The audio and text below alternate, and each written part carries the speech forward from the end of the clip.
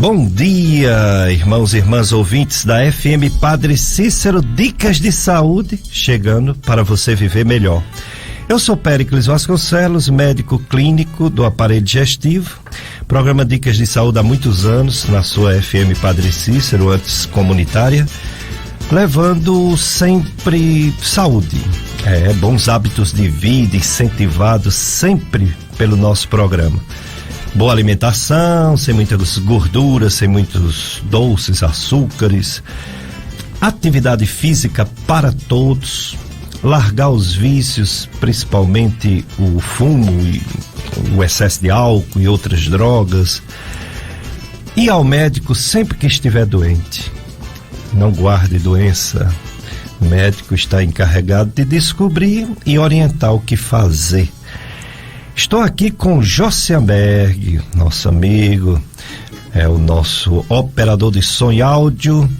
Você pode participar, 3512-2000 é o telefone que você pergunta para o nosso convidado, que vou já apresentar.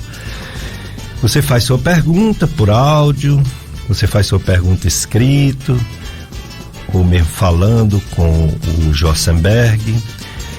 E você pode também fazer, claro, pelo WhatsApp. Tem o WhatsApp, que é o mesmo número, 3512-2000, e tem o telefone, da FM Padre Cícero. Esse programa é gravado pelo nosso amigo, compadre Tony Santos, é o radialista que faz o programa O Som do Brasil, aos domingos à tarde. Ele tem o site dele, clubesintonia.com, do Tony Santos. Então ele deixa gravado esse programa por várias semanas, 4 programas em podcast. Você pode assistir, ouvir, no caso ouvir. Hoje, infelizmente, não teremos nossa live, problema técnico, então não teremos a live, certo? Então quem quiser participar, fazer pergunta, tem que ser telefonando ou no WhatsApp. Agora sim, vamos apresentar o nosso convidado de hoje, que veio falar um assunto ou vários assuntos que têm conexão. É um médico que cuida de sangue, de fluidos, de linfa, de sangue. É um hematologista. Está aqui conosco o Dr. Emanuel Lacerda.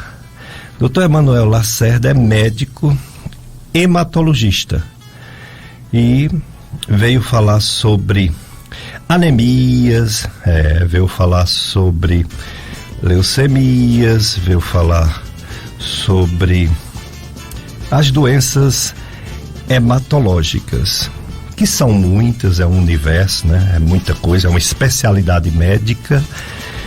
O Dr. Emanuel Lacerda, ele é graduado na Faculdade de Medicina de Barbalha, UFCA, antes era o UFC, agora o UFCA. Tem residência em clínica médica no IMIP, Recife, Pernambuco. Tem residência em hematologia, hemoterapia no EMOP, Recife. E é hematologista com atuação no EMOS, Hospital Regional do Cariri. Clínica Pronutrir, que fica na Rua São José, Cariri Oncologia. E é professor universitário da Estácio FMJ. Bom dia, doutor Emanuel Lacerda. Obrigado por ter aceito o nosso convite. Bom dia, professor. Muito obrigado pelo convite também. Estou à disposição. Ótimo. Doutor Emanuel, excelente aluno e hoje grande profissional hematologista. A gente, quando está lá no regional, agora não parou tudo com a pandemia, mas quando a gente estava lá, dando aulas de semiologia e clínica médica, sempre que tinha problemas hematológicos, a gente pediu o parecer do doutor Emanuel, que nos ajudava bastante a descobrir doenças nas pessoas. Doutor Emanuel, hematologia, o que é exatamente um médico hematologista? Ele cuida de quê? De quais doenças? Professor, interessante essa pergunta porque muitos pacientes da população geral, eles só conhecem a hematologia quando algum médico encaminha, Muito difícil uma pessoa procurar hematologia por conhecimento próprio já, Então, assim, é uma área bem específica que a gente lida com as componentes do sangue, as células do sangue. Então, é muito associado àquelas doenças mais graves. Então, geralmente, quem vai a um hematologista pensa logo que tem câncer, né? Porque quando a mídia às vezes retrata na televisão algum tipo de ajuda, né, para algum paciente, faz alusão a pacientes com transplante, com leucemia, mas quero aqui desmistificar que a hematologia trabalha com doenças benignas e malignas, não só as malignas, né? E a hematologia, ela é bem abrangente, e a gente lida basicamente com os componentes, que são as hemácias, né, glóbulos vermelhos, leucócitos, né, células de defesa, células, glóbulos brancos, e as plaquetas, que tem a ver com a coagulação, a hemostasia. Então, assim, é muito comum algum médico, clínico geral, né, ginecologista, cirurgiões, às vezes fazer exames de rotina com seus pacientes, né, observar alguma alteração em qualquer linhagem, né, sanguínea, e pedir uma avaliação, né, seja o paciente sintomático ou assintomático. Às vezes há quem pensa que médico do sangue é porque entende todos os exames do sangue, né? É curioso, porque do sangue a gente faz vários exames, né? A gente consegue tirar a avaliação renal, né? Fazer uma avaliação hepática, avaliação hormonal, mas assim, deixar claro que não é qualquer exame de sangue, né? São os componentes sanguíneos, os elementos figurados, né? Basicamente as hemácias, leucócitos e plaquetas, né? Então esses componentes, né? Cada um tem suas patologias, né? Para mais e para menos, e de maneira fisiológica não pode estar em excesso nem em falta, né? Muito bem, então nessas alterações que podem ocorrer no nosso sangue, nos nossos fluidos, alguns são considerados doenças, né? Alguns são alterações fisiológicas da idade, da genética da pessoa, mas alguns são considerados pela medicina como doença. A medicina gosta de catalogar muitas doenças para ver se, estudando cada uma delas, possa ajudar as pessoas. Então, quais são as doenças mesmo mais encontradas na sua área da hematologia? Pronto, separando por componente, né? As hemácias, no caso, o grande foco seria as anemias, né? Então a gente, quando vê aquele hemograma, né, um item muito importante é avaliar a hemoglobina. Então a hemoglobina é que vai dar aquele parâmetro se o paciente tem anemia ou não. Então, assim, a título de informação, de maneira geral se convenciona que mulheres têm hemoglobina normal 12,5, pelo menos, né, ou um pouco mais, e o homem 13 de hemoglobina. Isso é uma convenção. Sei. Tanto serve para avaliação clínica quanto para doação de sangue. Então, assim, não pode doar sangue se lhe falta hemácias, né? Então, esse é o parâmetro que a gente usa. Então, abaixo desses valores se considera anemia. Mas o fato de ter anemia também tem vários graus e subtipos, né? Então, assim, de maneira bem grosseira, assim, bem simples, até 10 de hemoglobina é uma anemia leve. Sim. Geralmente os pacientes que têm acompanhamento com qualquer outro médico assistente, geralmente são bem conduzidos, conseguem fazer um tratamento, uma investigação. Então a gente é mais requerido quando a anemia se torna moderada ou grave, que é quando a hemoglobina abaixo de 10, né, seria moderada até 7, e abaixo de 7 grave. Então vai ter o perfil de paciente que vai se enquadrar mais em ambulatório, né, em consultório, que é o moderado, e os graves mais em internamento hospitalar. Entendo. Então, essa hemoglobina é uma célula dos glóbulos vermelhos. Então, se ela baixa, a pessoa fica pálida, não é isso? Isso, é uma proteína que faz parte das hemácias, né? É o que dá a coloração do sangue, principalmente, que é o vermelho, né? E quando a sua concentração baixa, né? A oxigenação dos tecidos fica deficiente. Então, vai surgir aquela queixa, principalmente de fraqueza, de cansaço, fadiga. Então, não é aquele cansaço respiratório, né, de ofegante. Não, é aquela falta de coragem. Sei. Tipo assim, você percebe que fazia alguma atividade no dia a dia tranquilamente e passou a sentir dificuldade em relação a isso. Faz com dificuldade. Então, é uma alerta para anemia, por exemplo. Não só isso explica a fraqueza, a fadiga, mas uma das causas principais de fadiga seria a anemia, dessa linhagem. Quem produz essas células, e não só essas células, os glóbulos vermelhos, mas também os glóbulos brancos, as plaquetas, é a medula óssea, que é conhecido popularmente como tutano. É curioso essa informação, porque a produção das células, ela acontece constantemente, né? As células, elas são produzidas e renovadas, né? E a origem das células fica no interior dos ossos chatos. Então, principalmente o quadril, né? A bacia, o externo. E na infância não, a gente praticamente todos os ossos contêm medula vermelha, né? Que corresponde à hematopoese, mas depois da fase adolescente e adulto vai tendo mais uma seletividade por algumas topografias e a hematopoese fica mais restrita a órgãos, a ossos chatos, né? Então, às vezes se confunde quando se fala em medula óssea com medula espinhal. Então, assim, a medula espinhal é aquela medula que faz parte do nervoso central, né?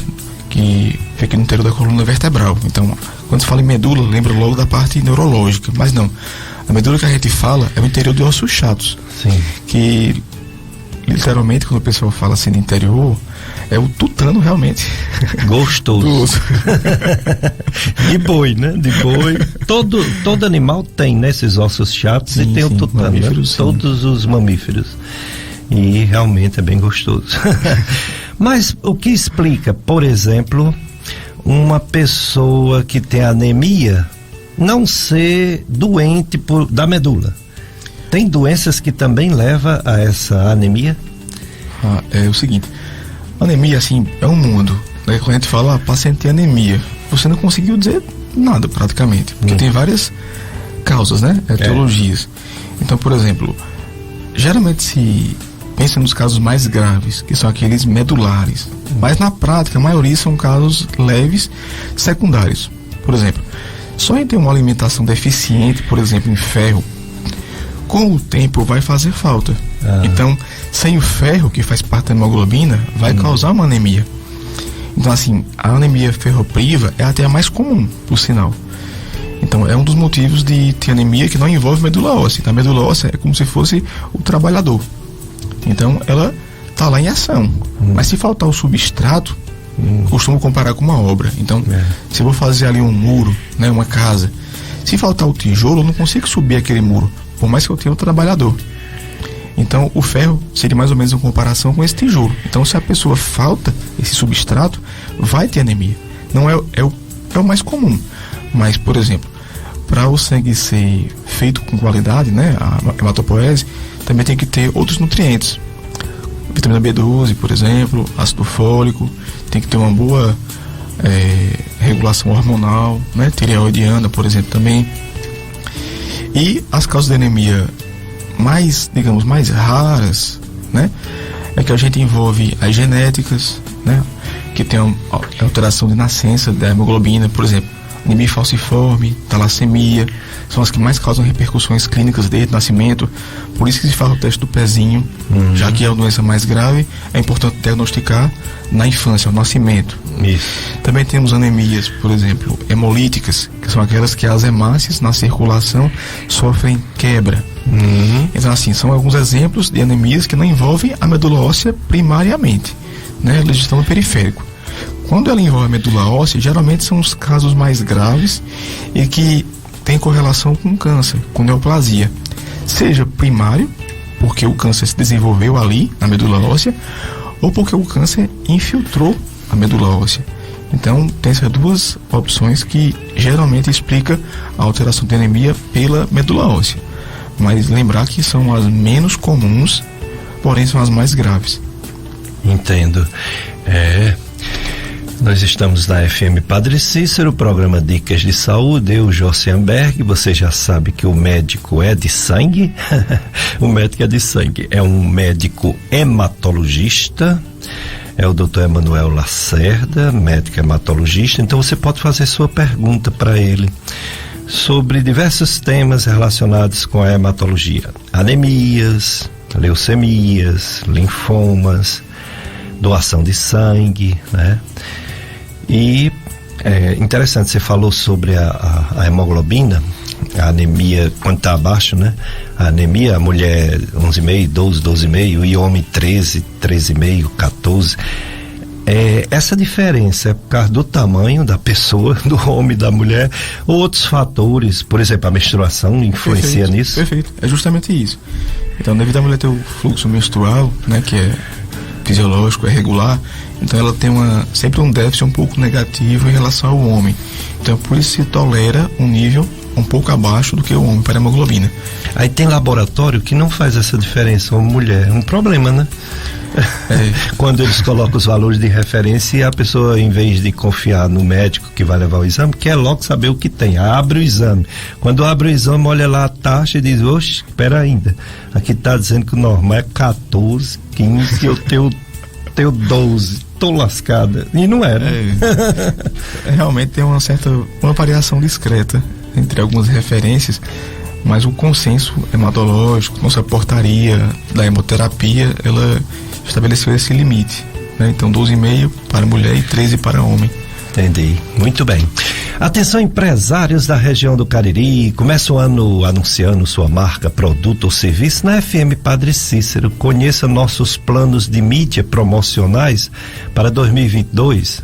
Mais informações 3512-2000, FM Padre Cícero 104,5. Quem anuncia colabora com a evangelização e cresce muito mais, cresce a sua empresa. Estamos com o Dr. Emanuel Lacerda, ele é médico, hematologista e veio falar sobre as doenças do sangue, da linfa, dos fluidos do nosso corpo.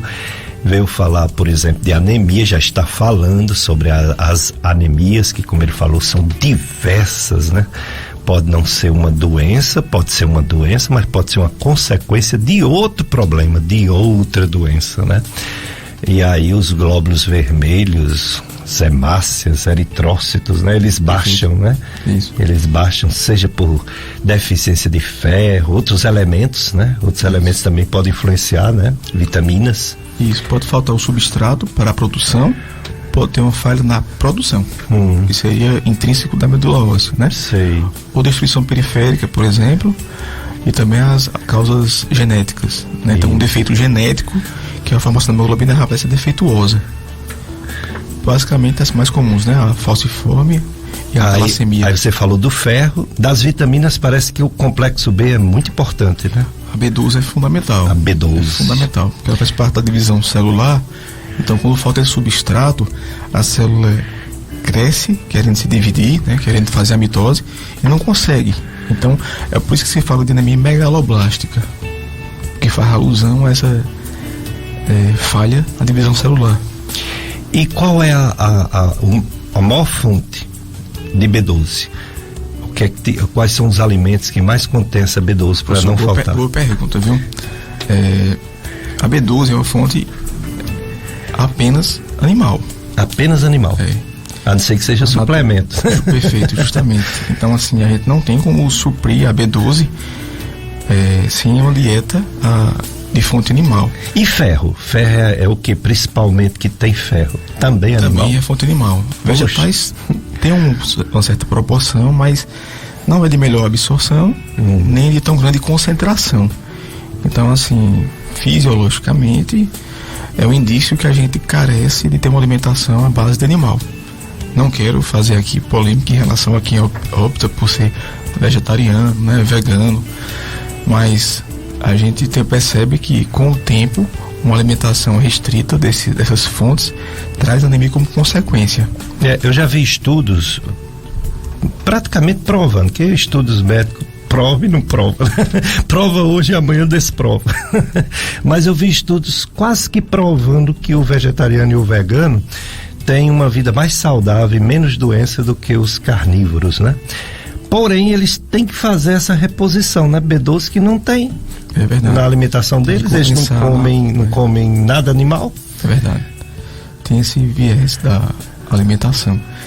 Em alguns casos, por exemplo, sem ser por alimentação, quem faz cirurgia bariátrica, né? Então, devido a uma absorção ineficaz que vai acontecer, depende da cirurgia, né? Da sua proporção, da sua técnica, né? Não todas, mas é possível também ter essa má absorção. Então, por mais que tenha uma boa alimentação, mesmo rica em complexo B, né? B12, pode ter essa carência. Então, pacientes que têm a má absorção, por cirurgia, por exemplo, não que é errado fazer cirurgia. Antigamente só tinha essa esse suplemento de B12 injetável. Hoje existe, eu vejo comprimidos, Drágias e até comprimido sublingual. É confiável ou tem que ser injetável? Pronto, essa é uma boa pergunta. É o seguinte, tem que ver a causa da deficiência. De B12. Isso. Se for apenas alimentar, vai ser suficiente uma reposição oral, né? Comprimido, por exemplo. Mas uma das causas também que existe de B12 ineficaz são anticorpos, né? Doença autoimune, chama anemia perniciosa, que são anticorpos contra células do estômago, né? Anticélula parietal, antifator intrínseco, que vai dificultar a absorção. Então esses pacientes com essa deficiência não conseguem suprir com a reposição oral, porque se tem uma má absorção, ele pode comer até um boi, mas não vai adiantar. Então tem que ser uma reposição parenteral. Por isso que as formulações primariamente pensaram nesse tipo de doença. Então a gente tem as opções parenterais, né, intramuscular, e as opções orais. Essa absorção, você está falando do estômago, é a minha área, né? Realmente, a anemia perniciosa, ela é autoimune, anticorpo de células parietais que produz o muco, né, gástrico, dá até uma gastrite atrófica, um envelhecimento do estômago antes do tempo. Isso aí é bem nítido mesmo. Quem tem esse problema tem que fazer B12 para a vida toda, né? Isso. Agora, eu ouvi também falar que o ilho, que é lá no intestino delgado, tem alguma coisa a ver com a absorção de B12 também. Justo, perfeito. Porque o fator intrínseco, no caso, ele é liberado no estômago, mas a absorção vai ser no ilho terminal. Ah, sim. Então se o defeito for no fator intrínseco, também vai gerar má absorção. E se for também cirurgia do ilho, também. Então, e doença do ilho, tipo doença de Crohn? Sim, também repercute. Repercute também. Então a pessoa tem que estar saudável para não ter essas deficiências vitamínicas. Com certeza. Muito bem. Amigos, 2022 chegou e com ele muitas novidades aqui na FM Padre Cícero. Breve retornaremos, se a influenza deixar e principalmente se a Covid deixar. A Covid é o coronavírus, né? Se o coronavírus deixar e se a influenza deixar, nós vamos retornar aos nossos encontros presenciais nas caravanas e missas do Clube de Ouvinte. Que este ano seja de paz, saúde e muitas alegrias para cada amigo, amiga da FM Padre Cícero. Somos gratos a Deus por sua amizade e sua doação livre e fiel. Você que ainda não é amigo da rádio, faça essa experiência de amor ao reino de Deus. Ligue agora ou amanhã para 3512-5824. 3512-5824. Clube de Amigos FM Padre Cícero, juntos somos mais amigos. Josenberg, vamos para o nosso primeiro bloco de apoio cultural, depois a gente entrevista mais o Dr. Emanuel Lacerda, médico hematologista, e você ouvinte pode também fazer perguntas para o nosso convidado, Dr. Emanuel. Festa de São Sebastião na Gemeleira. Comunidade da Gemeleira é em Jamacaru, Missão Velha, paróquia Nossa Senhora das Dores. O tema, a exemplo de São Sebastião, vivenciemos com sabedoria os ensinamentos de Cristo e ensinemos com amor tudo que o Senhor nos ensinou. Hoje, dia 23, é o encerramento, né? Hoje, às 10 horas, celebração eucarística, batizados e consagrações. E às 16 horas, a procissão de São Sebastião no carro Andor. Paróquia Nossa Senhora das Dores, comunidade da Gameleira, né? Sim, Gameleira, Jamacaru, Missão Velha. Pois é, hoje o assunto hematologia, sangue, o estudo do sangue. Nosso convidado, o Dr. Emanuel Lacerda, ele veio falar sobre as doenças hematológicas para a gente entender, né? E também veio incentivar a doação de sangue. Como o primeiro assunto foi a anemia, já vamos falar sobre essa questão de doação de sangue. A anemia, quando ela é devagarzinho, a pessoa nem sabe que tem. Às vezes fica um pouco fraco, mas nem sabe que é anemia. Agora, quando é uma hemorragia, aí baixa essas taxas e a pessoa pode até morrer, não é isso? Isso é verdade.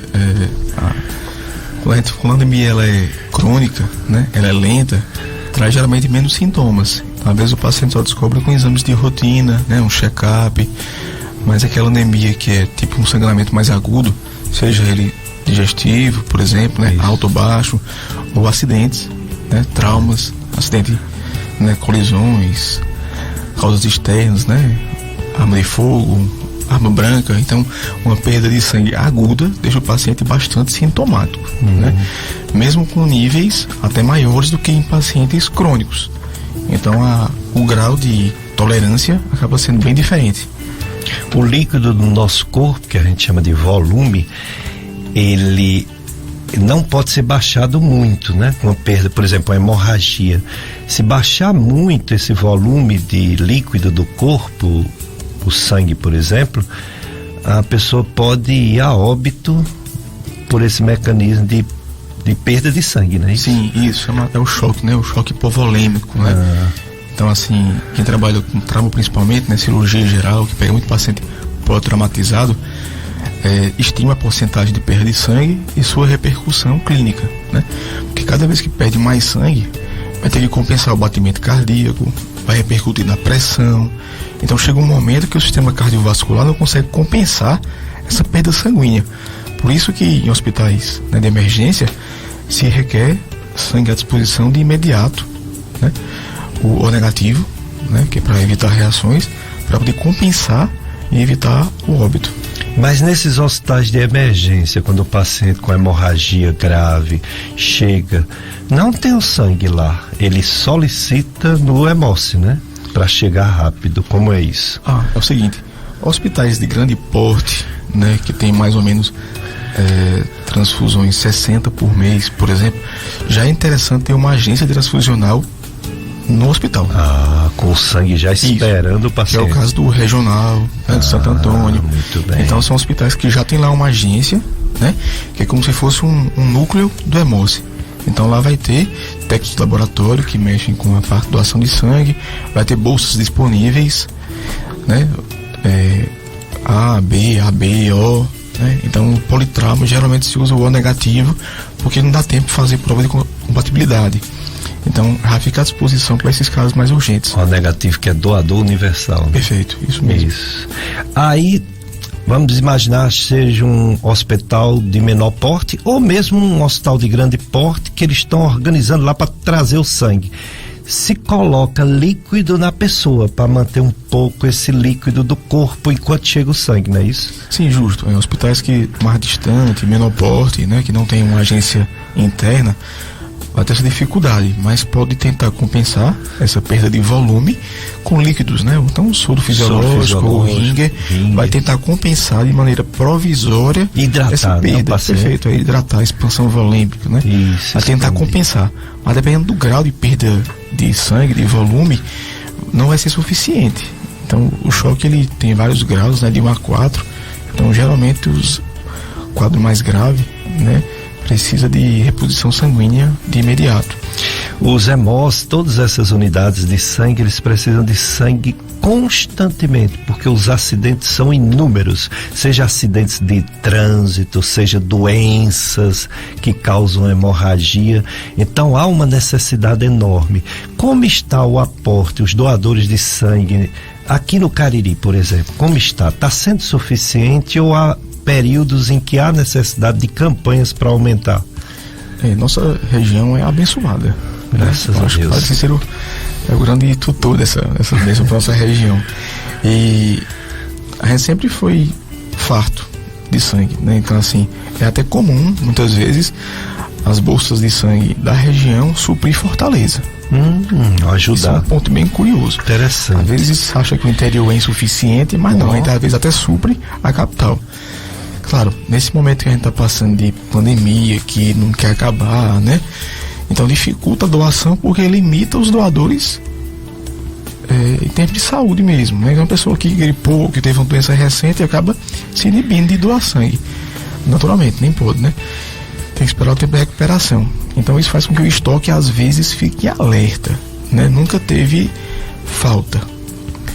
Até porque assim, a equipe é muito ágil para convocar, para fidelizar os doadores, porque o mais importante da doação de sangue não é você ir uma vez ou muita gente de uma vez só.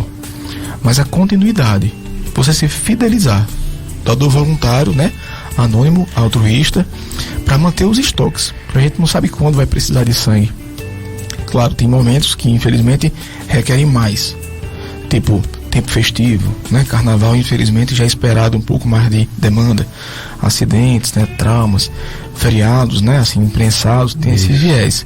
Mas constantemente vai ter as doenças que exigem um estoque para compensar, né, as neoplasias, sangramentos, e assim por diante. Doutor Emanuel, hematologista, quem não pode doar sangue? Quem são as pessoas que não estão habilitadas a doar sangue por algum problema? Quem não pode doar? Eu vou fazer o contrário para facilitar a resposta. Quem pode doar? Pronto, quem pode doar? O peso mínimo é 50 quilos para doar sangue, né, seja homem ou mulher. A idade, 16 anos. Até um tempo atrás só podia de maior, 18 anos, mas já pode 16. Só que quem for de menor tem que ter o consentimento dos pais, né, para autorizar. E não pode estar com anemia, obviamente, é feita uma triagem para saber se o nível realmente está mais ou menos aquele esperado, né? Homem 13 ou acima, mulher 12,5 ou acima. E está saudável. Até que idade? Tem limite ou não? Até 69. 69. Mas um lembrete, se for a primeira doação, só permite até 60 anos. Entendo. Não pode iniciar a doação a mais do que isso. Mas tem esse limite aí. No caso, para descobrir um problema, para não passar para o receptor, quem vai receber o sangue, se faz testes, né? Sempre que a pessoa vai doar, ou pelo menos a primeira vez, não sei bem como é que funciona, faz testes, são exames laboratoriais para saber se a pessoa tem alguma doença infecto-contagiosa, não é isso? Isso. Você faz exames, mas é um complemento à entrevista. Então, quem vai doar sangue passa por uma entrevista, um profissional, um ensino superior, e muitas vezes enfermeira, depende do local, médico também. Então, é feita uma entrevista para tentar entender se a pessoa se expôs a algum risco, né? Fez uma cirurgia recente, fez uma endoscopia, recebeu sangue recente, teve algum corte, está com algum tipo de mal-estar. Então, a entrevista é uma coisa bem grosseira, né, ali, mas que tenta descartar o básico que pode contraindicar a doação de sangue. Como a entrevista não é perfeita, não pelo profissional, mas naturalmente por não contemplar tudo que é necessário, mesmo a entrevista sendo coerente e aprovando a doação de sangue, é feito um teste, né, um check-upzinho básico no doador, que visa algumas infecções principais, que a gente não quer também comprometer o paciente que vai requerer aquele sangue. Então, dentre elas, a gente tem a hepatites, né, a B e C, o HIV, HTLV, né, sífilis e chagas. São as infecções que fazem parte da triagem do hemose, porque mesmo uma vez o doador não tendo nada, ele pode ser portador assintomático de algumas doenças.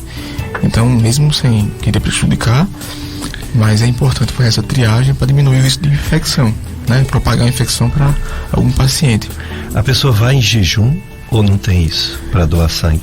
Não, pelo contrário. Então, assim, diferente de fazer exames de sangue, né, que se recomenda o jejum para evitar a interferência dos resultados, quem vai doar sangue tem que ir bem alimentado, né? Não copiosamente, assim, né, ofegante. Tem que estar bem alimentado, porque a doação de sangue vai lhe tirar uma porcentagem de seu volume. Então, a pessoa em jejum pode passar mal. Entendi. Né? Não é comum passar mal, mas se tiver em jejum, vai favorecer. Eu já ouvi falar de um lanche que tem lá. Só as pessoas que vão em jejum aí recebem o lanche antes de tirar o sangue, é isso? Não, na verdade, o lanche é para ser um complemento, né? Não dá para se confiar que o lanche vai suprir uma refeição, né? Então, assim, é importante que faça sua refeição em domicílio, né? De maneira suficiente para se sentir bem, né? E no hemose, geralmente após a doação vai ter um lanche para complementar, né? Então, assim, é mais um complemento, uma prevenção, mas não pode se confiar que porque vai ter o lanche não pode se alimentar antes. Por sinal, se for em jejum, vai ser proibido doar, vai perder a viagem. Entendi.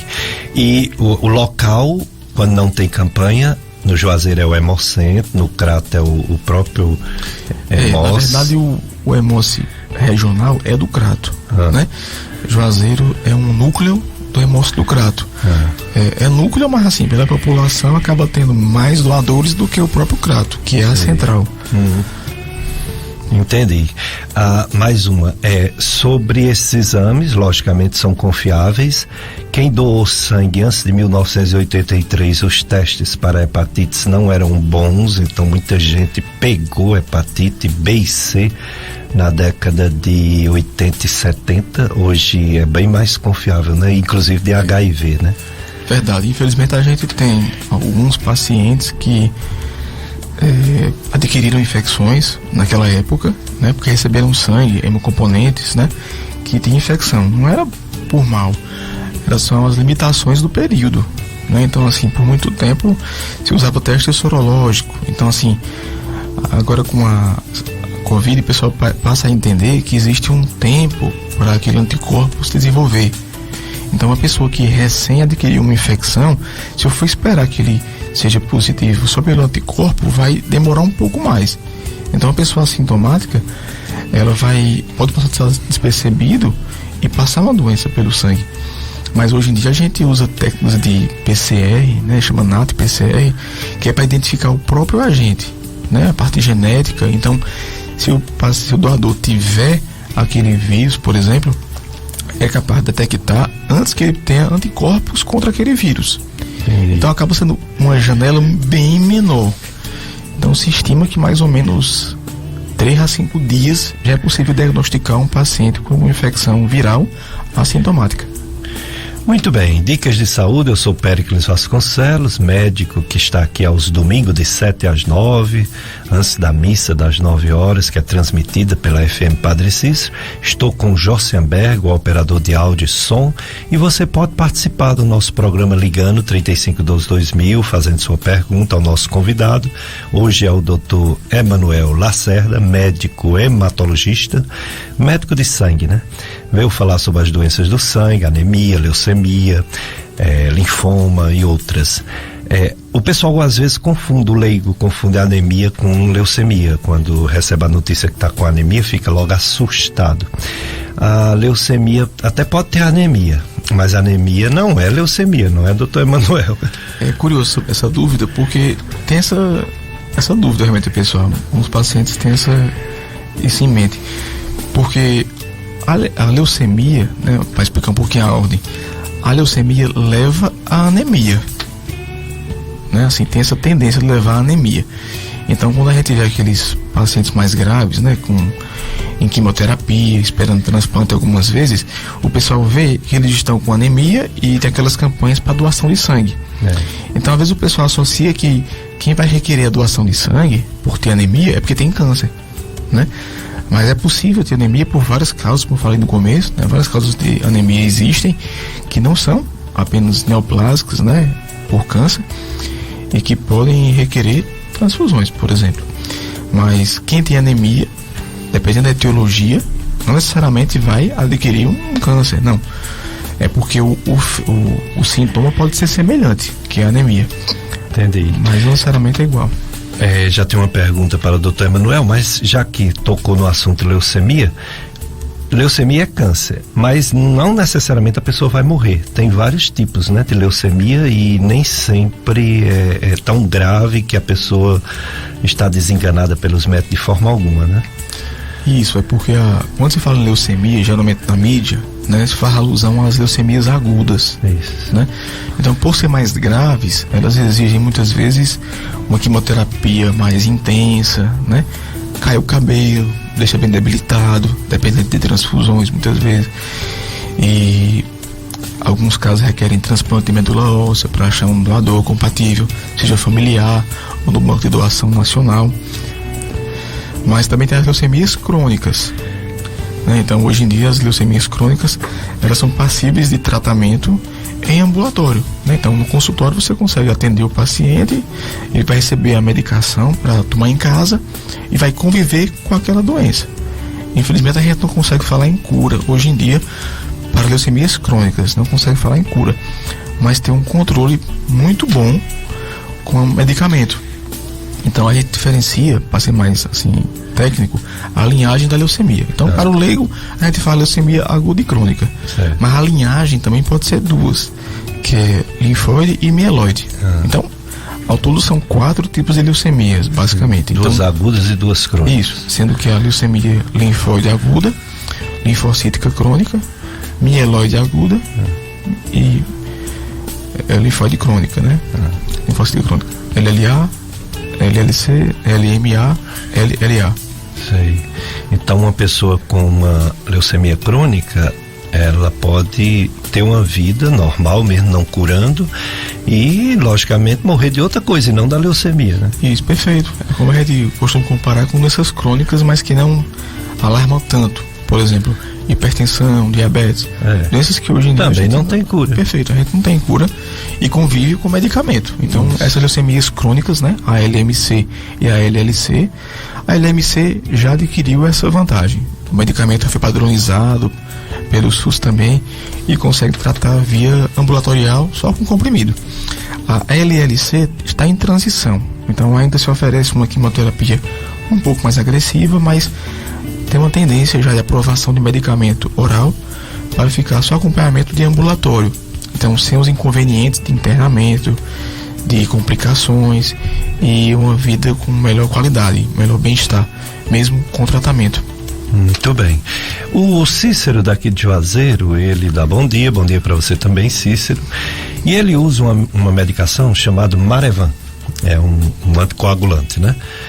E ele diz que tem que fazer exame de sangue de vez em quando por causa do risco de uma hemorragia, né? Principalmente quando ele vai fazer algum procedimento, como por exemplo extração de dente. Ele utiliza parece que ele diz ao contrário, parece que ele utiliza quando vai extrair o dente, eu não entendi bem. O que falar sobre esses medicamentos anticoagulantes? O Marevan, que é o mais tradicional, tem um agora mais novo, né? O Xarelto. Ele fala de procedimento como extração de dente. Eu acho que é porque ele utiliza o medicamento e tem que fazer exame quando vai, né? Entendi. Aí já é outro ramo, né, da hematologia, que seria a hemostasia, né? Então, tem pacientes, por exemplo, quem teve alguma trombose, né, uma trombose venosa profunda, tipo membro inferior, né, nas pernas, né? Então, quem tem uma trombose vai tratar com anticoagulante. O anticoagulante, assim, mais clássico, né, mais tradicional, é a varfarina. Né? A varfarina, o nome comercial seria o Marevan, pela patente, mas a varfarina, a substância. Então, quem tem trombose vai tratar com esse medicamento. Até a gente às vezes explica que é para afinar o sangue, né? Então, assim, é só uma maneira de entender. Porque a trombose é o sangue grosso e afinar é o remédio. Mais ou menos isso. Então, esse medicamento está tratando aquela situação, que é aquela trombose, aquela patologia momentânea. Então, o paciente, ao mesmo tempo que trata aquela patologia, ele se expõe a uma complicação, que é o sangramento. Então, assim, se ele vai se expor a algum procedimento invasivo, tipo extração dentária, é preciso fazer um preparo, né, uma ponte para submeter esse procedimento, seja extração dentária ou cirurgia. Então, assim, ele vai ter que suspender a medicação, mas com uma troca de medicamento e retorno imediato, em seguida ao procedimento. Isso é feito de maneira mais ajustada no segmento, né? Então, tem que ter essa precaução, porque esse medicamento tem risco de sangramento. Então, devido a esse risco de sangramento, quando for fazer algum procedimento invasivo, vai ter que preparar para evitar hemorragia. Então, assim, não é que o remédio seja ruim, tá tratando uma trombose. Aí vai acontecer uma hemorragia pela cirurgia, né? Que é normal. Justo. Aí como vai ter essa hemorragia, o remédio já afina o sangue. Perfeito. Pode a hemorragia ser grande por causa do remédio, por isso que tem que tirar, né? Perfeito. Mas só por um período curto, depois volta. É só uma ponte. Depois... O Marevan, a varfarina tem um efeito em torno de 5 dias a meia vida. Pronto. Então, um paciente que usa Marevan geralmente tem que suspender ali 5 dias antes, ou uma semana antes do procedimento, e fazer uma ponte com outro medicamento que tem uma meia vida menor. Geralmente é noxaparina que a gente usa. Então vai fazer noxaparina, aí programa o operatório, e em seguida que pode retornar ao Morevan, para que naquele momento cirúrgico ele não esteja com a anticoagulação plena, né, o sangue tão fino assim, digamos, para ter risco de um sangramento patológico, porque naturalmente algo invasivo vai ter sangramento, mas se tiver com efeito da medicação pode ter um sangramento desagradável, né, indesejável. Entendo. Josenberg, tem um áudio só de saudação, né, ao nosso programa, vamos ouvir então. Bom dia, doutor Pérez. Sou da Mirage. Dê um abração, doutor Emanuel. Minha irmã, Maria Fátima Taveira de Melo, é paciente dele, tá com 2 anos. Ele é um ótimo médico. Um bom dia para o senhor, de muita paz, saúde e felicidade, sua e família. E para a doutora Emanuel, um grande abraço. Diga ele que em março estou levando os exames da menina. Um abração para todos. Muita felicidade. Opa, Socorro da Vila Miragem, um abraço a todos da Vila Miragem, Socorro. E eu concordo, viu? Doutor Emanuel é um ótimo médico. Pessoal, muito obrigado pela sua doação. É um prazer ajudar. Outra pergunta, na verdade é só um depoimento. Esse filho de Deus lá de Missão Velha toma caldo de feijão de corda e sente-se muito bem. Ele quer saber que quem toma caldo de feijão de corda ainda é possível ter uma anemia. A dúvida é bem interessante essa daí. A alimentação ela tem que ser balanceada, né? Saudável. Quando a gente frisa algum alimento, não é para dizer que é exclusivo aquele alimento. Então, assim, a gente tem que ter uma alimentação com frutas, cereais, verduras, né? Legumes, carboidrato, proteínas, mas cada alimento tem sua colaboração com nutrientes. Então, assim, se tem um estigma de que o feijão, né, o preto principalmente, eu acho que pela cor, né, a beterraba que tem mais ferro, mas não, a fonte de ferro principal que a gente tem são as fontes animais, né, a carne bovina, as vísceras, né, o fígado bovino. Então, às vezes como é que se diz, uma panelada, um sarapatel pode ter mais ferro do que... Mas não é só a carne de gado, né? Os outros animais também têm um pouco de ferro também, né? As vermelhas são mais, as brancas são menos. Tem, né? Então, assim, carneiro, bode, porco, assim, porco é menos, né? Bode um pouco mais. Então, o que for fibra vermelha vai ter mais ferro à disposição. Ok. Vamos lá, Josenberg, mais um bloco de apoio cultural, depois mais informações, dicas, informações relevantes do Dr. Emanuel Lacerda, médico hematologista.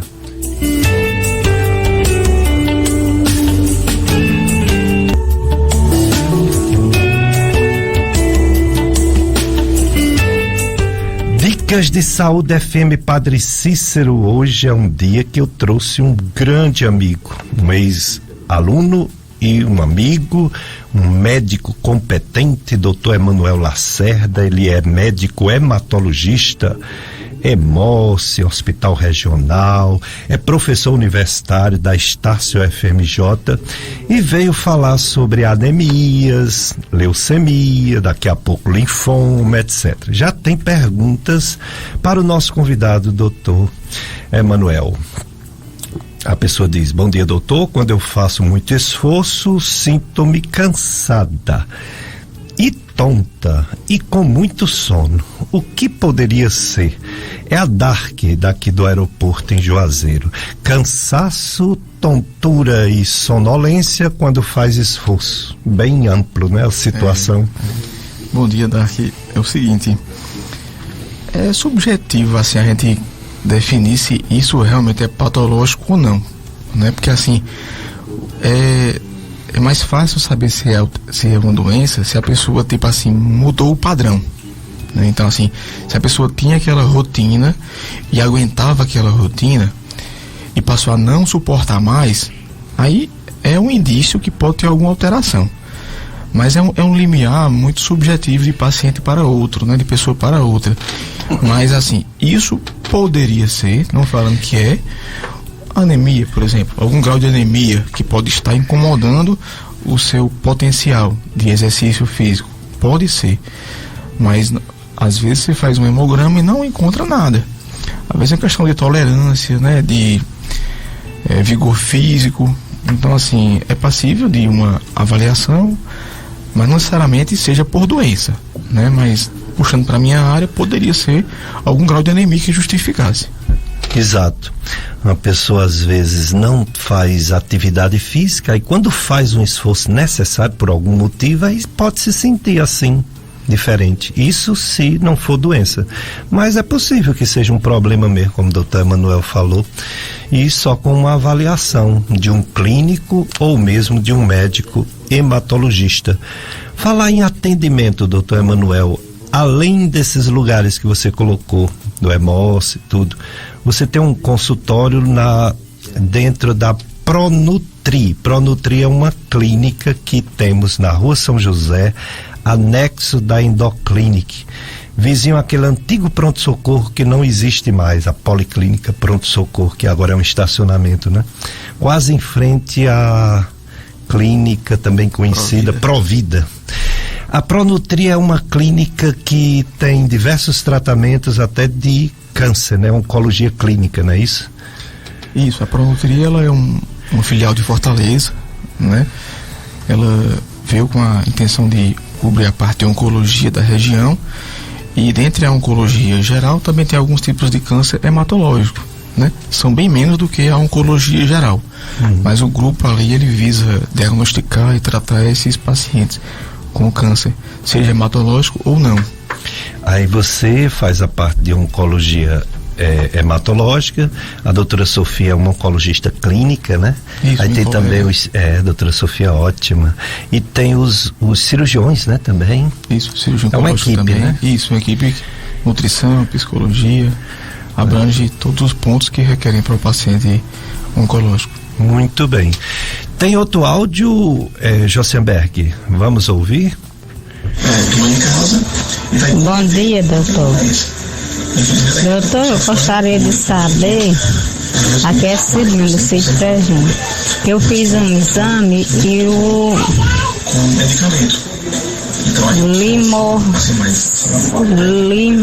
linfócito típico, ele deu com alteração um pouquinho, isso não tem nenhum problema não.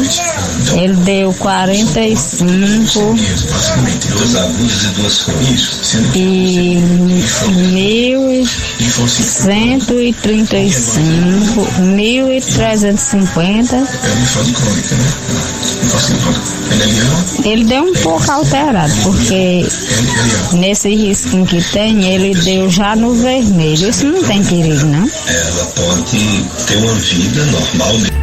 Pronto, quando vocês fizerem qualquer pergunta aqui para a rádio, por favor, diminua o volume da rádio, né? Porque a gente tá com dificuldade de entender a pergunta. Vamos tentar ouvir novamente para entender esses números dos linfócitos típicos e atípicos. Bom dia, doutor. Doutor, eu gostaria de saber, aqui é Cirilo, Sítio Trejano, que eu fiz um exame e o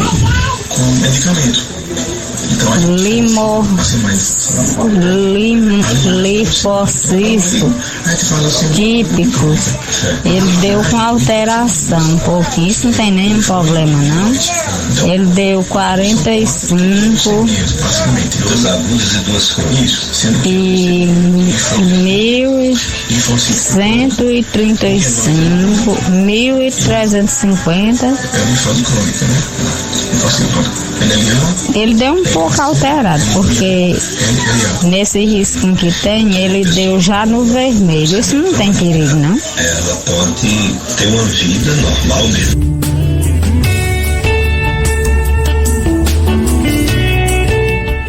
É complicado, mas vamos ver. Doutor Emanuel vai avaliar um pouquinho esses linfócitos típicos e atípicos. Pessoal, bom dia a ouvintes, né?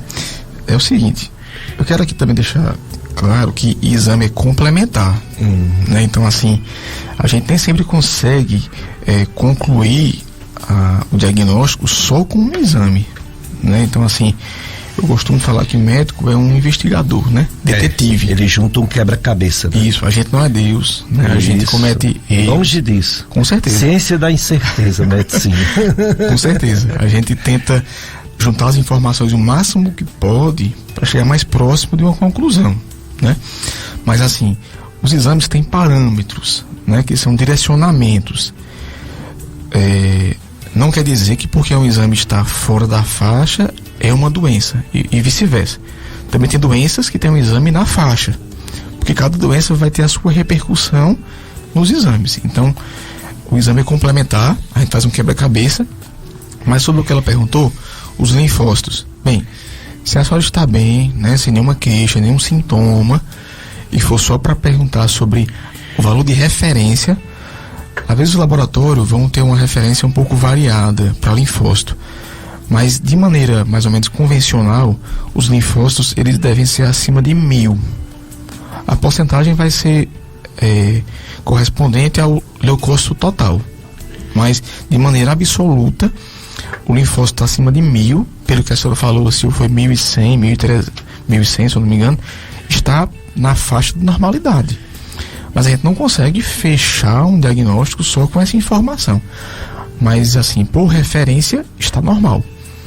Mas não dá para dizer que tem correlação ou não com nenhuma doença.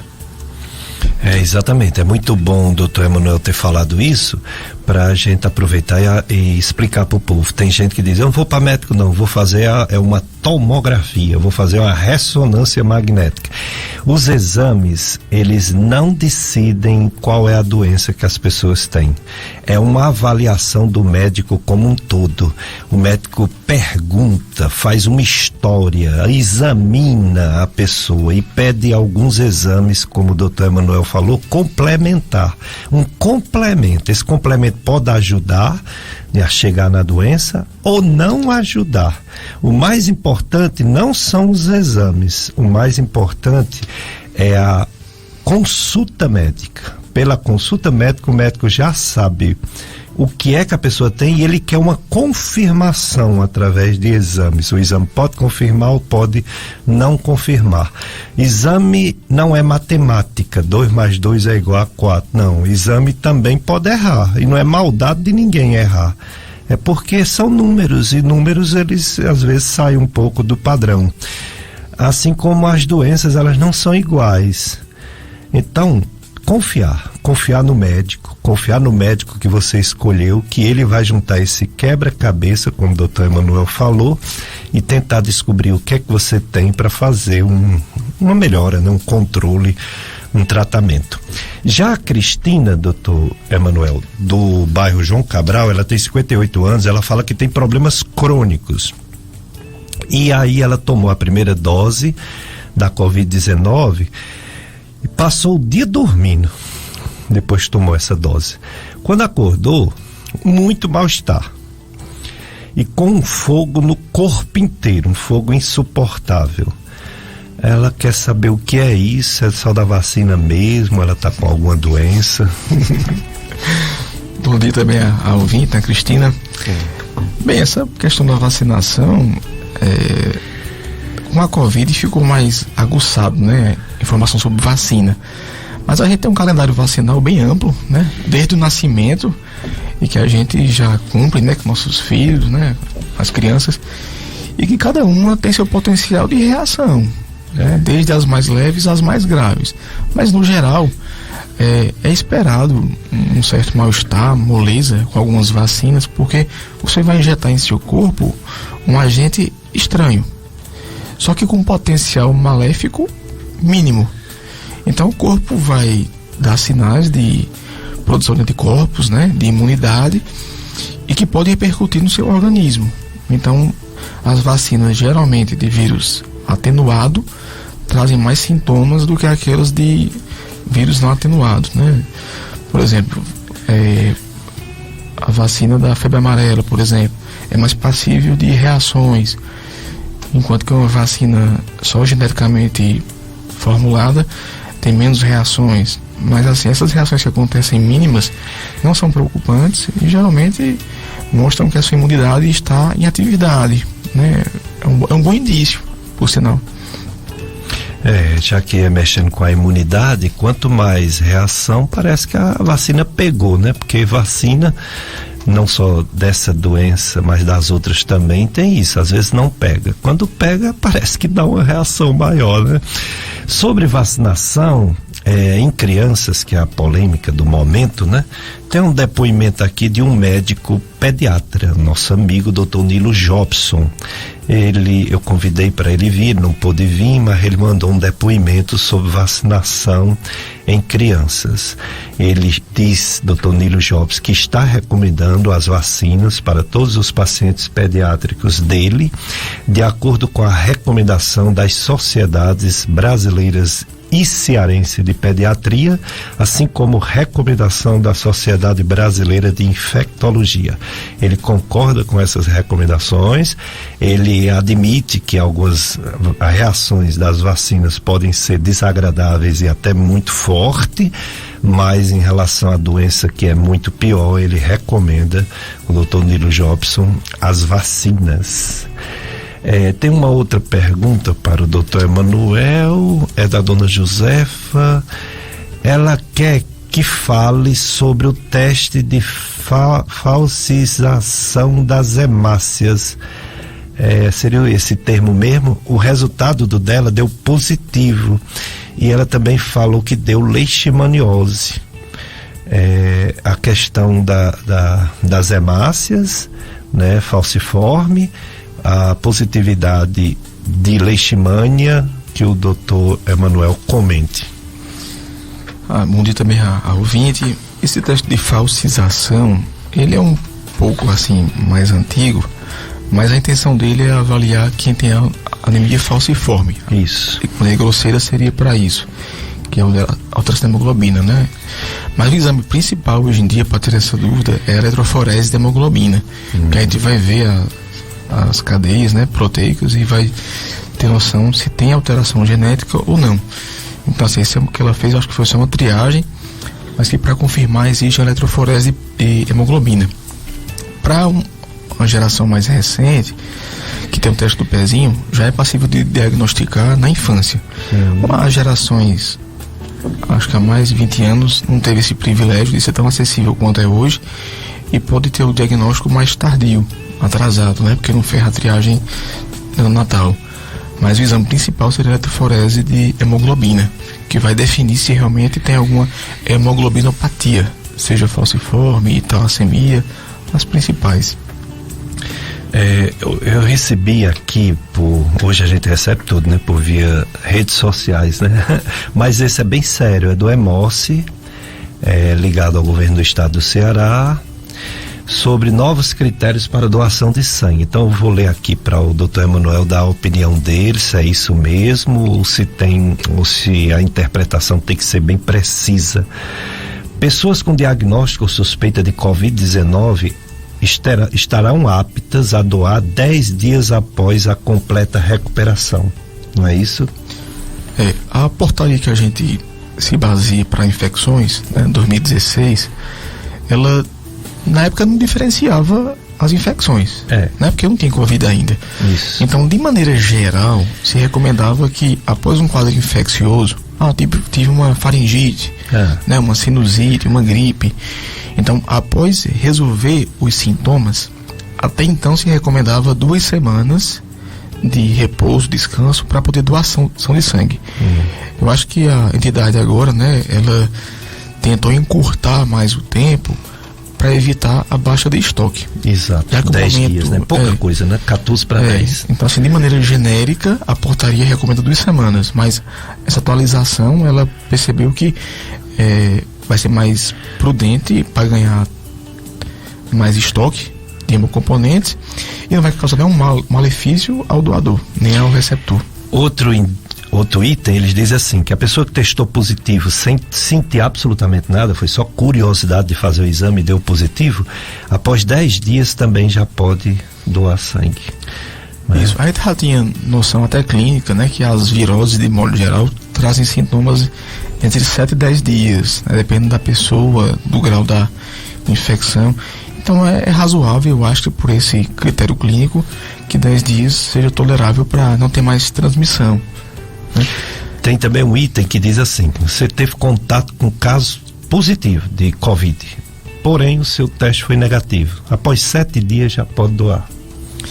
Esse é um ponto até curioso que eu acho, porque a gente saber que se expôs a quem teve nem sempre é fácil, né? Porque a gente, numa situação de pandemia, até na rua a gente pode se encontrar com alguém que está tendo e não sabia que tem. Ou teve ou tem. É difícil. Para quem tem o privilégio de saber que viu alguém que tinha, né, é razoável a informação. Talvez para não ter difícil. a desculpa de não ir porque teve contato com alguém que teve. Mas acho que depois de 7 dias. E o seu teste pessoal foi negativo? Não é? Pessoas que fizeram isolamento voluntário por orientação médica após esse tempo do isolamento estão aptas a doar após o término desse isolamento, logicamente, né? Acaba sendo semelhante a informação, né?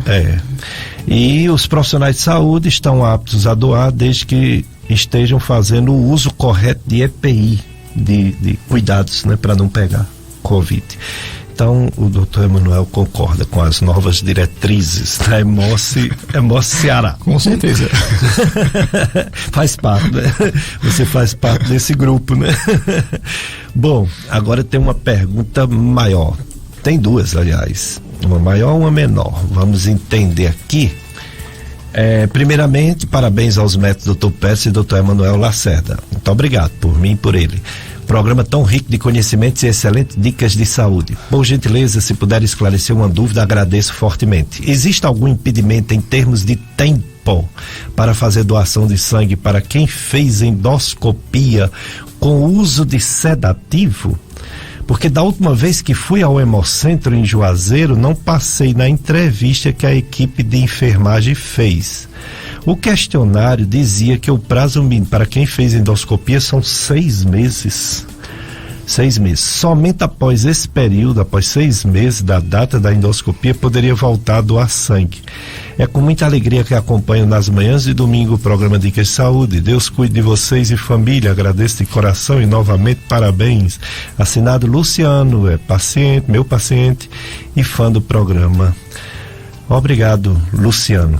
Realmente, o Luciano me falou isso no consultório e eu estranhei bastante, achei totalmente sem lógica, mas quem sou eu? Eu não sou hematologista, então eu disse: Luciano, quando eu levar o doutor Emanuel, me lembre de fazer essa pergunta para ele. E aí, doutor Emanuel, por que situação, hein? Professor, é o seguinte, a hematologia e a hemoterapia, né, assim como a gente segue protocolos clínicos na hematologia, também a gente segue diretrizes da hemoterapia. Então, assim, o Ministério da Saúde, ele tem a portaria 2016, que é 158, que ele atualiza o mecanismo de doação de sangue, né, de tratar com os hemocomponentes. Então, assim, é uma legislação que o Ministério fez. Sim. Né? Então, assim, não foi da cabeça da profissional que entrevistou ela lá, que na hora julgou que era 6 meses. Então, assim, se ela for doar sangue em Pernambuco, é a mesma coisa. Se for em São Paulo, é a mesma coisa. Porque a resolução, né, a lei que a gente segue, vem de um órgão superior para os hemocentros. Então a gente só obedece. Certo. Eu não sei dizer assim bem qual critério assim de estudo que justifique esse prazo de tempo. Mas para cada situação clínica vai ter um intervalo que se pode doar sangue. Para endoscopia, se determinou que seriam 6 meses. Ah, mas pode ser menos? Talvez até possa, mas a gente segue a lei. Isso não foi de minha cabeça, nem da colega que entrevistou. Então a gente tem um manual. Situações que se repetem mais, a gente até lembra, né? Mas alguma situação que foge do comum, a enfermeira vai lá e pesquisa o tempo para poder informar o doador. Por exemplo, quem faz uma tatuagem, o Ministério recomendou que 12 meses de intervalo, porque usou uma agulha, um procedimento com potencial de infecção. Ah, mas eu fiz num lugar bem renomado, com asepsia. Não, tudo bem, nada contra. Mas o Ministério determinou que seriam 12 meses. Para quem faz piercing, por exemplo, também, tatuagem. Endoscopia se tornou 6 meses para doação de sangue. Então, cada situação vai ter um período estimado de segurança. Mas deixar claro que não vem da cabeça da profissional que entrevistou. Isso é uma lei e a gente não tem como desobedecer a lei, a gente só cumpre. Eu entendo. Pode ser que futuramente modifique, né? Que tem sempre esses consensos, diretrizes, né? Agora eu relembro quando eu voltei pro Cariri em 1989, eu tinha que tomar uma decisão muito importante na minha vida, comprar um aparelho endoscópio caríssimo, o preço de um carro, não era um carro comum não, era um carro assim importado do exterior, caríssimo, e eu não tinha aquele dinheiro de forma alguma, eu tinha que pedir emprestado a um banco, era coisa de $17 mil e eu não tinha. E quando eu fui no banco pedir o financiamento, um colega médico chegou e disse: "Você é louco, ninguém faz endoscopia enquanto não esclarecer essa história da HIV. O HIV foi a década de 80, final da década de 80. Ninguém faz endoscopia, o pessoal só faz endoscopia em hospital, em emergência, vomitando sangue. Ninguém faz endoscopia, você vai ter esse prejuízo, você não vai tirar esse dinheiro do aparelho." E isso modificou minha vida profissional, porque quando eu tive condição de comprar um aparelho e estava um pouco melhor a situação do HIV, eu já não estava tão apto a fazer endoscopia, tive que contratar um médico que tenha feito o exame de forma mais moderna, né? Eu aprendi uma endoscopia diagnóstica, e quando eu resolvi investir já era uma endoscopia terapêutica, já era para fazer tratamento, cirurgia, biópsia, tudo. Eu não tinha aprendido assim. Então, tem uma certa lógica, né? O pessoal costuma dizer uma frase popular que a voz do povo é a voz de Deus. A voz de Deus é a voz do povo. Porque como o povo tinha medo de fazer endoscopia porque podia pegar alguma doença, veja aí, 6 meses, vai ver que tem algum perigo mesmo, é melhor seguir essa diretriz até ser bem estudado, né? Não tem, verdade. Pois é, a outra pergunta é bem mais específica. A paciente, ela tem exatamente uma anemia por insuficiência da vitamina B12, anemia megaloblástica, né? Ela pode ter outras doenças por causa dessa deficiência da B12, doutor Emanuel? Pergunta interessante, viu? Quando a B12 está baixa, né, ela pode ser por uma má alimentação, né, insuficiente, ou por uma má absorção. Geralmente, quando acontece a má absorção, é por uma alteração autoimune. Então vai ter anticorpos ou contra células parietais ou fator intrínseco, vai dificultar a absorção. Então doenças autoimunes, muitas vezes elas vêm associadas. Então assim, é de rotina, de hábito, esses pacientes também fazem investigação, por exemplo, de hipotireoidismo, alguns podem ter vitiligo, alterações, outras autoimunidade. Então, doença autoimune não só por ser a B12,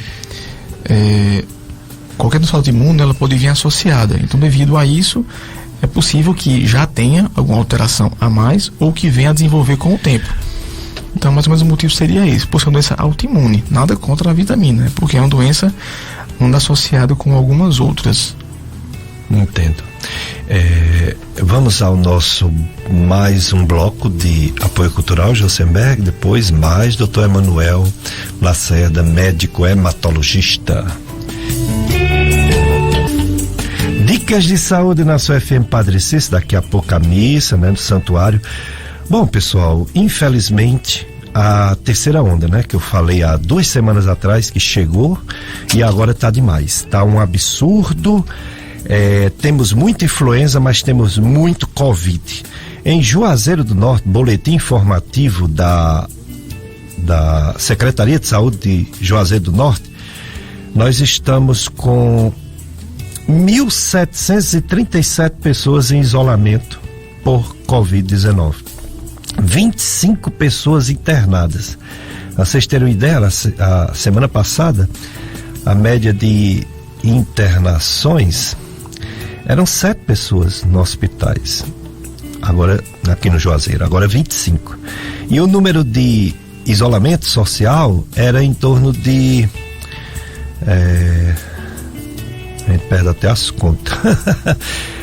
Era em torno de 199 pessoas, 180 em casa. Pulou para 1.700 e tantas. Então é um absurdo, né? Um aumento de mais de quase 200%. Pessoas com Covid, né? Sem falar dessa influenza que também está lotando os hospitais. Infelizmente houve uma morte. Em uma semana houve uma morte. Semana passada nenhuma morte. Ou seja, ainda bem que a quantidade de casos novos não está sendo proporcional a mortes. Significa que essa variante Ômicron, ela não é tão letal como vocês já tinham dito por aí afora. Mas onde tem muitos casos, tem uma morte, né? Aqui e acolá. Então a gente tem que ter muito cuidado porque o número é absurdo. A mortalidade em todo o Ceará também aumentou e no Brasil também aumentou. O Brasil tem uma média de 282 mortes dia, o que é 129 vezes mais do que 129% mais do que 15 dias atrás. Bateu o recorde ontem de mais de 140 mil pessoas testou positivo ontem no Brasil. Bateu o recorde. Mais uma vez bateu o recorde de Covid-19. E assim está no mundo todo, embora algumas regiões já está começando a diminuir, graças a Deus. Algumas regiões, então quando diminui lá fora, Europa, aí depois diminui Europa e América, né? Estados Unidos. Aí depois diminui no Brasil, depois diminui Fortaleza, depois diminui no Cariri. Quando chega é justamente ao contrário, né? Chega primeiro lá, depois vem pro Brasil, depois vem para Fortaleza, depois vem pro Juazeiro, pro Crato, pra Barbalha, pra Caririaçu, São Velho, etc. Em relação a uma cidade que vacinou muito, que foi uma experiência aqui no Brasil, foi Serrano, São Paulo. E a experiência de Serrano é bem acompanhada para explicar, porque você pegando uma população menor e vacinando em massa, você sabe mais ou menos o que vai acontecer com o Brasil todo, né? Já foi vacinado no Brasil com 2 doses mais de 69% da população e pelo menos uma dose mais de 75% da população. Já houve mais de 350 milhões de doses de vacina aplicada no Brasil. E essa quantidade enorme de doença, porém a mortalidade diminuiu. Isso é que é o mais importante. Voltando a falar de Serrana, São Paulo, uma explicação para o que está acontecendo hoje no Brasil fica bem explicado por Serrana. É assim, os casos novos de Serrana triplicaram nesse último mês em 3 vezes, triplicado, né? 3 vezes mais do que há mais de um mês atrás. Porém, com esses 895 moradores de Serrano que pegaram a Covid, 3 vezes mais do que um mês atrás, só houve uma morte nesses 895. Então, um óbito nessa quantidade enorme de pessoas doentes. É a prova realmente de que, primeiro, esse vírus, quando ele se modifica, o Dr. Pablo, infectologista, explicou aqui pra gente, para sobreviver o vírus ele se modifica, ele faz mutação, né, variante. E ele, graças a Deus, fica menos forte. Porque o que ele quer é sobreviver. Ele quer continuar vivo no meio dos homens, né? No meio do povo. Aí ele fica mais fraco. Primeira coisa. Segunda coisa, imunidade de rebanho existe. Quanto mais gente pega, menos casos graves da próxima vez e menos gente pega. Terceiro, a vacinação. Os casos de morte, esses únicos, aqui acolá 1, 2, 3 e no Brasil todo, como foi dito aqui no Brasil todo, 282, mais de 95% é quem não tomou ou a dose de reforço ou pelo menos uma das 2 doses. Só em torno de 5% se diz que tomou todas, inclusive o reforço. Então, a diferença é enorme entre vacinados e não vacinados. Portanto, o lado ruim, a vacina não acaba a doença, mas isso já desconfiávamos. O lado bom, a vacina diminuiu a mortalidade. Então, vamos continuar vacinando do jeito que o Ministério da Saúde mandar, crianças, adultos, de 4 em 4 meses ou de 6 em 6 meses. O importante é não morrer. pega a doença, gripe, todo mundo pega. Agora, não morrer é o principal. E também ter esperança de que isso vai diminuir, porque as ondas, elas vêm e elas vão. Elas não ficam, né? Ainda bem, graças a Deus. Mas virão outras, virão outras. Mas teremos sempre novas vacinas e eventualmente até algum tratamento mesmo, remédio, que ainda não tem bom hoje, mas poderá ter.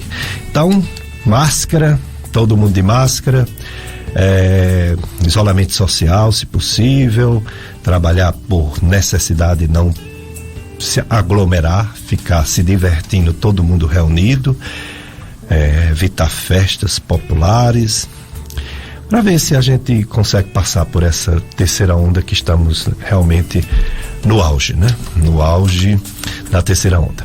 O assunto de hoje é hematologia. O nosso convidado é o Dr. Emanuel Lacerda. E as perguntas para ele chegando. A Mazé, do sítio São José, ela quer saber se a espondilose se causa anemia por carência de vitamina B12. Uma anemia específica, né? Carência de vitamina B12. Pode ser ao contrário, talvez, né? Mas bom dia. É o seguinte, doença autoimune, elas andam geralmente em conjunto. Então, assim, é muito comum quem tem uma doença autoimune ter mais de uma. Não quer dizer que vai ter, mas geralmente anda associada. As autoimunidades que mais têm correlação com o déficit de B12, né, é alteração de tireoide, vitiligo, aqui é um caso de lúpus, nefrite.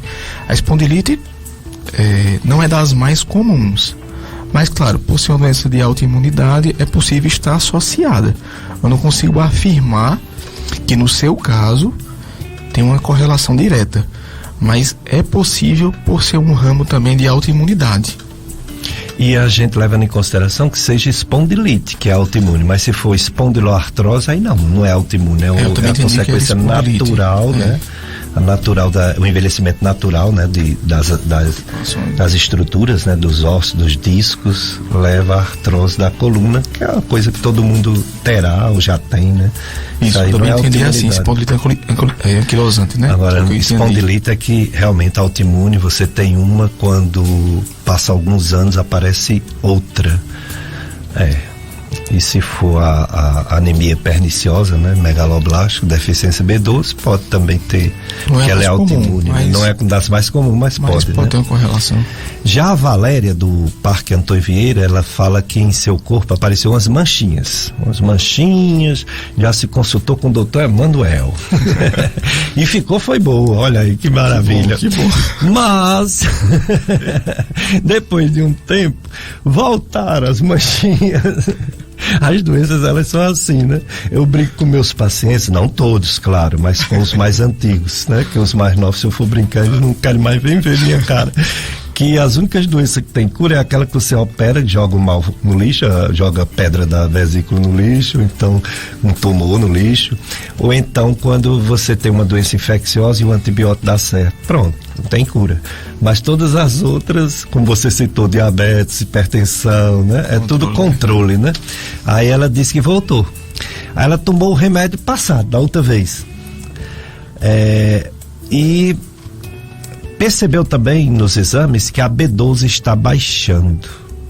Aí ela quer saber se tem alguma relação de deficiência de B12 com problemas de dermatológico, de pele. Bom dia, Valéria. É o seguinte, essas manchas na pele pode ter várias causas. Eu não vou lembrar nesse caso específico qual foi o caso que ela citou, mas a grande diferenciação que se faz na consulta é saber se a origem daquela mancha tem a ver com o sangue ou com pele, vasos. Então, assim, geralmente correlação de manchas, que é hematológico, tem a ver com as plaquetas, coagulação. E a B12, no caso, pode ter sido só um achado de laboratório, mas a princípio não tem correlação a B12 com as manchas, não. Não tem essa correlação. A B12 tem mais repercussão com anemia, com fraqueza, com cansaço. Então, as manchas, se a origem for hematológica, teria que reavaliar as plaquetas e a coagulação. Eu não vou saber nesse caso específico, não vou lembrar, mas se for tudo em relação a B12, foi só um achado a mais. Possivelmente não tem correlação. É verdade. Doutor Emanuel, a leucemia é um câncer de sangue, você explicou direitinho, é um câncer no sangue. Qual a diferença de leucemia e linfoma? Linfoma é parecido ou é outra coisa totalmente diferente, apesar de ser câncer também?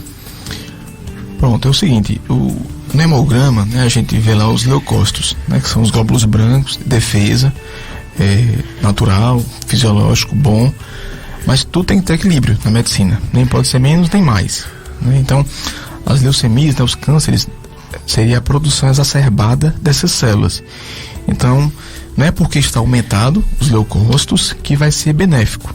Não, eles em aumento descontrolado, eles perdem a função. É tanto que as pessoas que cometem leucócitos por leucemia vão ter uma baixa imunidade. Então vai estar aumentado em número, mas em qualidade, em eficiência não vai estar bom. Por isso que os pacientes são mais fáceis de ter infecções. A leucemia é basicamente quando o acúmulo de células de leucócitos é apenas na corrente sanguínea. Então, o linfoma seria quando geralmente a origem desses leucócitos linfóide, né, os linfócitos, vão ter uma proliferação nos linfonodos, que faz parte da circulação linfática. Então, quando basicamente tem aumento de leucócitos, mas não repercute na circulação linfática, a gente fala que é leucemia. Quando prevalece as adenopatias, né, aumento de linfonodos, o pessoal fala muito em ínguas, né? Ínguas, Então, assim, retificar que nem todo aumento de gânglios, né, é câncer. Pelo contrário, o mais comum são alterações secundárias a infecções, porque é benéfico no nosso sistema de defesa. Então vai ter um aumento ali passageiro, geralmente alguns meses, autolimitado, por alguma infecção específica. Por exemplo, quem teve uma faringite, né, infecção de garganta, é possível que os gânglios da região cervical tenham um aumento para combater aquela infecção e depois regride. O que vai chamar a atenção seria uma adenopatia, né, linfonodos que crescem e não regridem, ou que continua o crescimento, multiplica em outros sítios. Então aí vai ser um indício que merece investigação para neoplasia. Mas tem casos até que são um misto. Então na criança muitas vezes a LLA, né, leucemia linfóide aguda, muitas vezes ela, de acordo com sua manifestação, pode também ser um linfoma. Então tem situações que a gente não consegue diferenciar se o paciente tem mais uma leucemia ou mais um linfoma. No adulto é mais fácil essa diferenciação, mas na criança às vezes tem esse misto de alteração que não dá para classificar exclusivamente um ou outro. Mas a terapia, ela busca a linhagem, então vai ser semelhante, não causa diferença não. É mais uma questão acadêmica de classificação. Esses tipos de cânceres que você está falando, tanto a leucemia quanto o linfoma, diferente dos outros cânceres, que é um tumor e tem que tirar com cirurgia, esses têm tratamento, né? Tratamento sem ser cirúrgico. Isso, perfeito.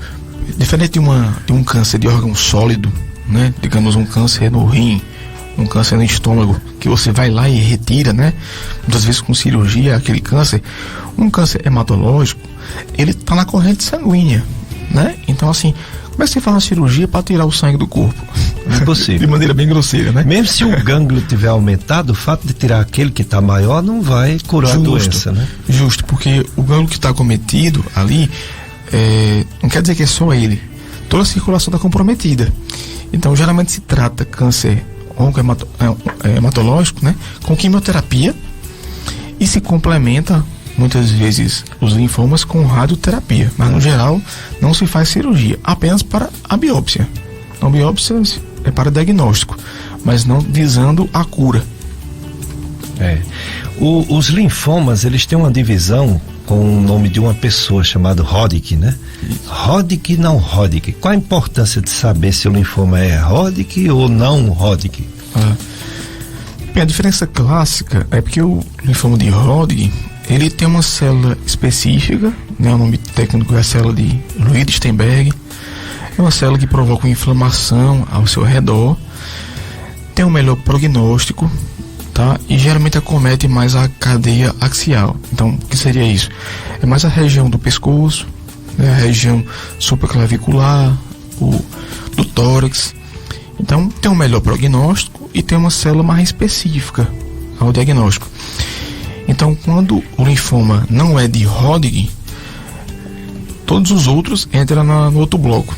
Mas às vezes acha que existem 2 linfomas, né? Hodgkin e um linfoma não Hodgkin. Não, mas não Hodgkin são todos os outros que existem que não são Hodgkin. Ou seja, mais de 100 subtipos na classificação. Então, tem importância mesmo é você saber o subtipo. Então, assim, ou o linfoma é de Hodgkin, e se ele for não Hodgkin, qual? Né? Porque pode ser folicular, né? Aí esse não Hodgkin, ele talvez responda menos a quimioterapia do que o Hodgkin, ou é igual? Os dois respondem? Isso, assim, de maneira geral, os linfomas de Hodgkin respondem melhor à quimioterapia. Tem uma chance de cura maior. Os linfomas não Hodgkin depende do subtipo. Mas de maneira geral, eles dão mais trabalho. Entendo. Responde à quimioterapia, mas às vezes são mais fáceis de recidivar, né? O câncer volta. O malte é não Hodgkin, né? Esse que leva o nome malte. Perfeito. O malte, né? Da mucosa, o gástrico principalmente, né? Pela bactéria H. pylori. Então ele é um subtipo não Hodgkin, mas que é excelente de ser tratado. Muitas vezes nem usa quimioterapia. Às vezes só em erradicar o agente etiológico, que é H. pylori, você consegue reverter aquela doença. E ainda tem gente que acha que H. pylori não dá câncer. Dá até malte, quanto mais câncer no estômago, hein? Pois é. O problema é que todo mundo tem, aí o pessoal acha, porque todo mundo tem, acha que não dá câncer, né? Mas raramente pode dar sim. Em relação o tratamento, essa quimioterapia que cura ou não, às vezes cura um linfoma, né? Às vezes não. Temos aqui no Cariri, e segundo, temos no Cariri, sim, temos na rede pública, no Hospital São Vicente de Paulo, que é o hospital que tem o serviço de oncologia. Sim, isso mesmo. Quem tem essas patologias pode ser assistido tanto na rede pública quanto na rede privada. Sim. Na rede pública, aqui na região, a referência é o São Vicente de Paulo, né, em Barbalha. Vai ter que ter toda aquela regulação, encaminhamento. Também a rede privada também é possível de tratamento. Não as leucemias. Elas exclusivamente têm que ser internado, por ter um potencial de gravidade maior. Mas os linfomas e seus derivados, né, mieloma, é possível tratar de maneira ambulatorial. Ou seja, comparecer àquela sessão de quimioterapia e depois voltar para a residência e marcar o outro ciclo. Muito bem, doutor Emanuel Lacerda, agradecer sua vinda aqui, tantas informações importantes que você passou. E vamos precisar sempre, viu, de você aqui conosco, explicar, enfim, todas essas informações, elas são úteis, e obrigado por ter vindo. Professor, bom dia, obrigado aos ouvintes, obrigado também ao convite, fico lisonjeado pelo convite demais. Por sinal, eu fui seu aluno, né? O senhor lembra que eu fui seu aluno? Eu acho que lembra, né? Lembro demais, lembro de você. Em dezembro do ano passado. Como lembro, a gente sempre lembra os alunos de destaque. Que bom. Em dezembro, por sinal, a gente não teve a graça de comemorar, mas minha turma fez 10 anos de formatura, né? 10 anos passa rápido, né? E a gente não pôde se reunir devido a essa pandemia, dificuldade, mas era um sonho da turma se reunir para comemorar essa data, né? 10 anos já de formatura, nem parece que já faz esse tempo todo, parece que foi ontem, mas ainda me sinto seu aluno, eterno aprendiz. É colega agora, somos professores da mesma faculdade, isso é verdade. Uma honra pra gente. Lisonjeado demais. Muito obrigado, Emanuel, doutor Emanuel Lacerda. E obrigado também, Josiamberg, sempre aqui conosco, dando essa cobertura, esse apoio excelente. Você ouvinte, muito obrigado pela audiência. Vocês vão ficar agora com a missa diretamente do Sagrado Coração de Jesus, a missa da nossa paróquia, Sagrado Coração de Jesus. Próximo domingo, se Deus permitir, estaremos aqui novamente. Será uma médica otorrinolaringologista que vem falar sobre as afecções das vias aéreas respiratórias, as ites, laringite, faringite, amigdalite, otite, tudo que é ite. Pois fiquem com Deus, esse domingo do Senhor, cheio de paz. Vamos ter cuidado com as gripes que estão atacando. Vamos ver se a gente diminui o contágio tendo cuidados, e se tiver doente com falta de ar, procure unidade hospitalar, viu? Falta de ar significa doença grave. Covid grave é falta de ar, falta de fôlego. Tá bom, pessoal? Pois fiquem com Deus.